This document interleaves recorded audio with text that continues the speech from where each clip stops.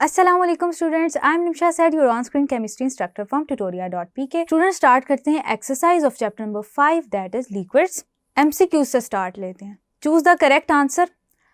Number 1, van der Waals forces are effective. Number A, at long distance. Number B, both at long as well as short distance, only at short distance, independent of distance. So students, option C will be the right option, only at short distance. Van der Waals forces आपकी तमाम intermolecular forces हैं जिनको हमने discuss किया है, ये at short distance ही effective होती हैं, तो इसलिए option C will be the correct.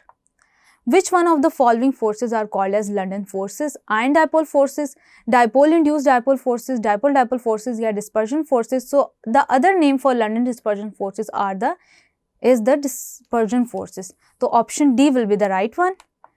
Next है, which of the following two halogens are gases at room temperature? यानी कि कौन gases की form में exist करता है room temperature? So students हमने discuss किया था फ्लोरीन एंड क्लोरीन exist करता है, यानी कि option number C.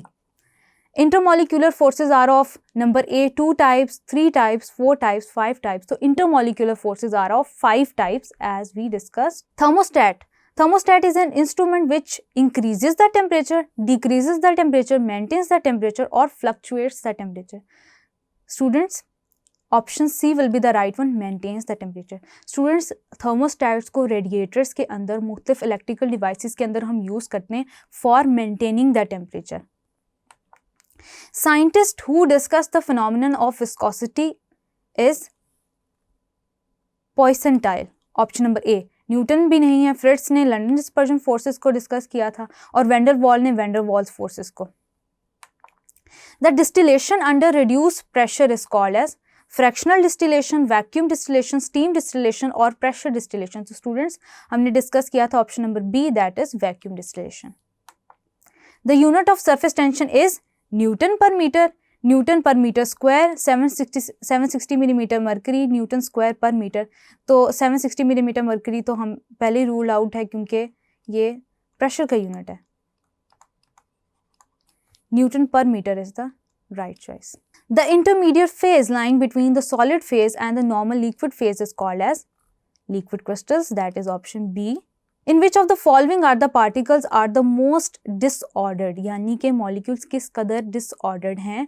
Option number ए कह रहा है वाटर एट 100 डिग्री सेल्सियस, तो बॉयल हो रहा होता है और इंटरमोलिकुलर फोर्सेस एग्जिस्ट कर रही होती हैं। स्टीम एट 100 डिग्री सेल्सियस में स्टूडेंट्स मॉलिक्यूल्स एक दूसरे से, जो गैसियस वाटर मॉलिक्यूल्स होते हैं, एक दूसरे से काफ़ी दूर होते हैं। इम्प्योर वाटर, ये इफेक्टिव आंसर नहीं है। वाटर एट 10 डिग्री सेल्सियस उसकी डेंसिटी ज़्यादा होगी, तो the right option will be B, that is steam at 100 degrees Celsius. Which of these statement best supports the idea that matter is made up of particles? Number A, liquid always fill the spaces available to them. B, liquids are easily compressible. C, 1 centimeter cube of water produces nearly 1700 centimeter cube of steam.